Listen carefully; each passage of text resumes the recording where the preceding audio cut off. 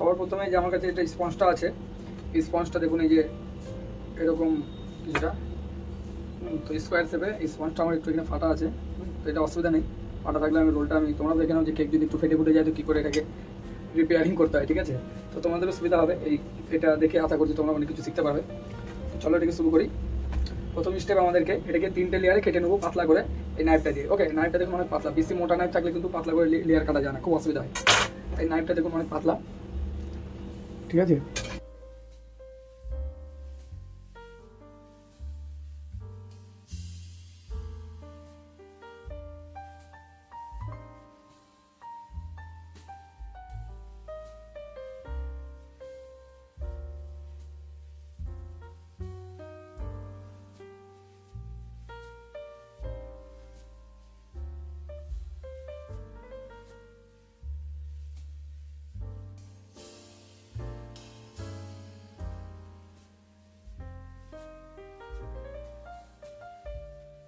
তো বন্ধুরা এই যে নিউজ পেপারটা নিয়ে নিয়েছি, এই নিউজ পেপারের উপরে এটাকে এভাবে রেখেছি দেখুন।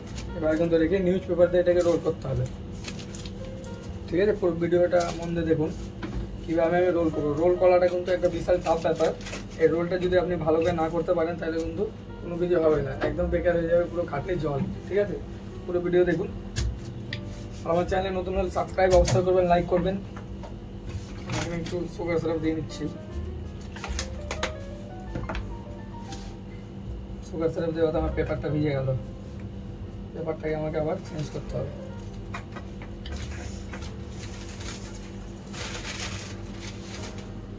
যে আমি এখানে বাটার স্কচ ক্রাশ নিয়ে এই যে বাটার স্কচ ক্রিমটা এরকমভাবে পাতলা করে লাগিয়ে নিব, ঠিক আছে। এটা লাগানোর পরে কিন্তু মোড়াতে হবে, আগেই আপনি মুড়বেন না। আর ক্রিমটা খুব বেশিও দিবেন না আর খুব কমও দিবেন না, এখানে ক্রিমটা দিতে হয় অনেক মিডিয়াম, ঠিক আছে, একদম মিডিয়াম।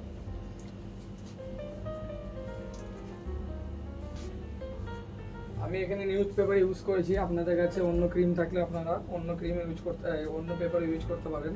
অনেকে বাটার পেপার ইউজ করে, তো আমাকে যখন যেহেতু বাটার পেপার নেই, ঠিক আছে, ওই জন্য আমি নিউজ পেপার এখানে ইউজ করছি।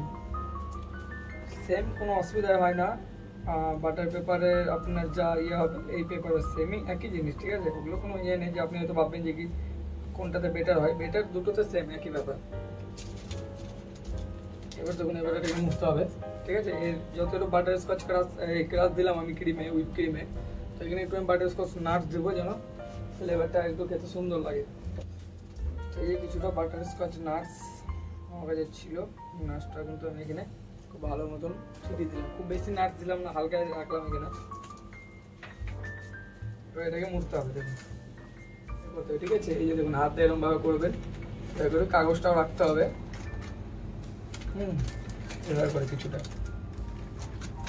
এখন তো একবারে মুড়ে নিতে হবে, লেট করলে হবে না, ঠিক আছে। পরে এই যে দিকটাতে একটা কার্ডবোর্ড এবার নিয়ে একটু এভাবে প্রেসার দেবো, হালকা করে প্রেসার দেবেন, বেশি প্রেসার দেওয়া দরকার নেই, বুঝতে পারছেন। এই যে ভেতরে আমি মুড়ে দিয়েছি, এটাকে এরকমভাবে প্রেসার দিয়ে কিছুক্ষণ রাখতে হবে। চারিদিকে প্রেসারটা সমান দেওয়ার চেষ্টা করবেন যেন কেকটা পুরো রাউন্ড হয়।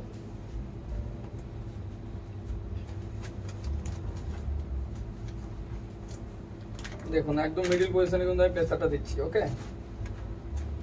তারপরে এটাকে আবার এইভাবে মুড়ে নিব।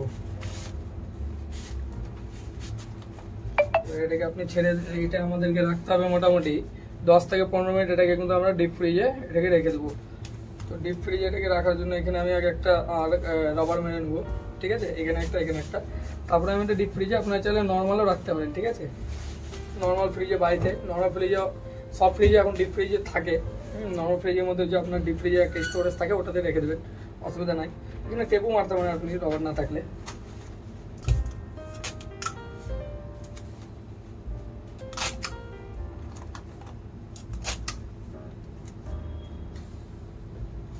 এটাকে আমি 10 থেকে 15 মিনিট ফ্রিজে রাখবো। তো এই যে এটা কমপ্লিট হয়ে গেছে, 15 মিনিট পরে কিন্তু আমি ডিপ ফ্রিজ থেকে বের করলাম। এবার এই কাগজটাকে উপরে ছুটে নেব।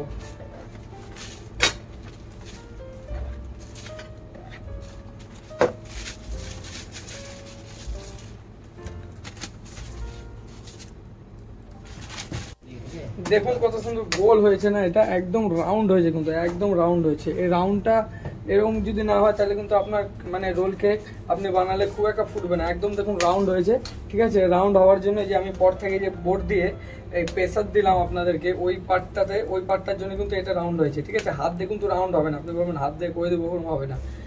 হ্যাঁ, এখান থেকে যখন একটা কেটে দেবো তখন আপনি রোলটা বুঝতে পারবেন যে ভেতরটা কি মানে ডিজাইনের, ভেতরে যে রোলের যে ডিজাইনটা হয় দেখুন সাইড থেকে এরকমই লাগবে। এখন টেনশন নেই, আমি আপনাদেরকে কেটে পুরো ভিডিওটা দেখাবো।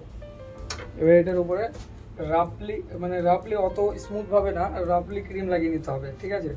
তো আমি এখানে বাটার স্কচ ফ্লেভার যেহেতু, তো আমি এখানে হালকা অরেঞ্জ ফ্লেভারের ক্রিম ইউজ করবো। সেই যে এটা এইভাবে করে হালকা হালকা করে লাগিয়ে দেবেন, বেশি ক্রিম লাগাবেন না উপরে, ঠিক আছে। এই রোল কেক তো, রোল কেকের উপরে কিন্তু খুব একটা বেশি ক্রিম ইউজ হয় না। এরকম ভাবে দেখুন হালকা করে চারিদিকটাতে সুন্দর করে লাগিয়ে নেবো।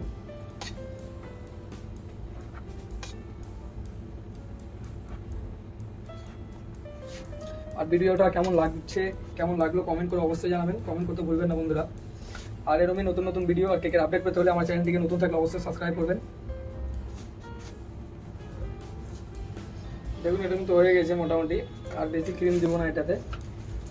এবার ওই মোটা কার্ডবোর্ড দিয়ে, অথবা আমি যে বলেছিলাম এর আগের একটা ভিডিওতে যে অনেকে কার্ডবোর্ড ইউজ করে ফিনিশিংয়ের জন্য, অনেকে আবার তাস, যে যারা বড়রা যে তাস খেলে, ওই তাসও আপনি এখানে ইউজ করতে পারেন, ঠিক আছে। তো আমি এখানে তাস ইউজ করবো না, আমার কাছে এই যে যেটা আমি ইউজ করি বেশিরভাগ, এটাতে এরকমভাবে টেনে নিতে হবে। মাথাটাকে একটু এটা রাউন্ড রাখবেন, এটা মাথাটা একটু এরকমভাবে ব্যান্ড রাখবেন, তাহলে ব্যান্ড কেক ওই জন্য সুবিধা হবে, ঠিক আছে। এই দেখুন, ঠিক আছে।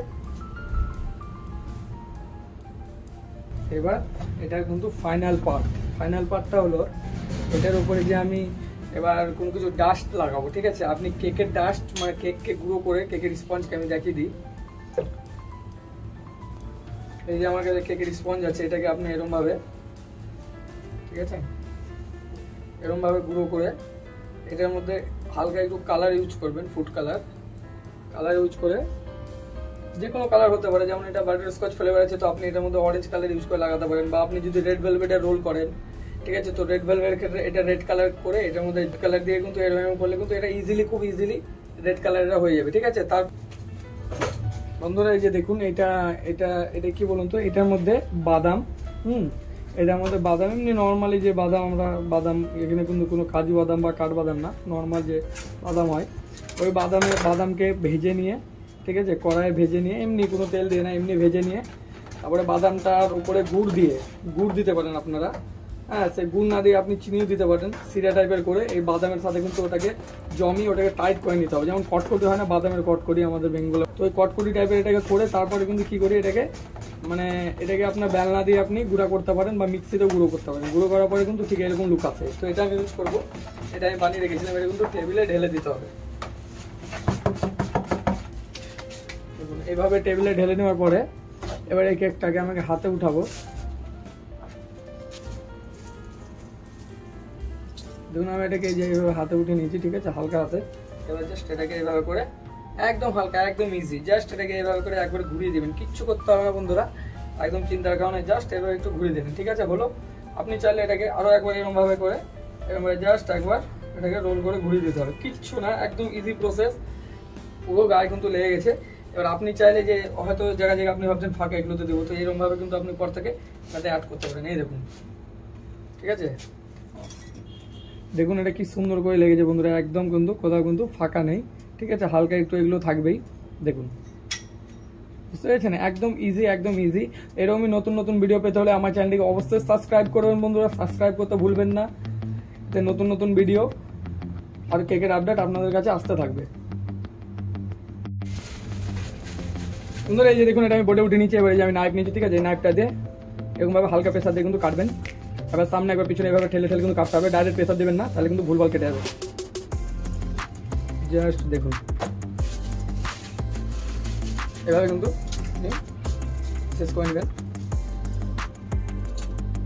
এরকমভাবে একবার সামনের দিকে একবার পেছন দিকে যেমন বললাম, আস্তে আস্তে দেখুন কতটা ইজি এই রোল কেকটা বানানো, কতটা ইজি। দেখুন আমি আরো একটা পিস করে দেখাচ্ছি আপনাদেরকে।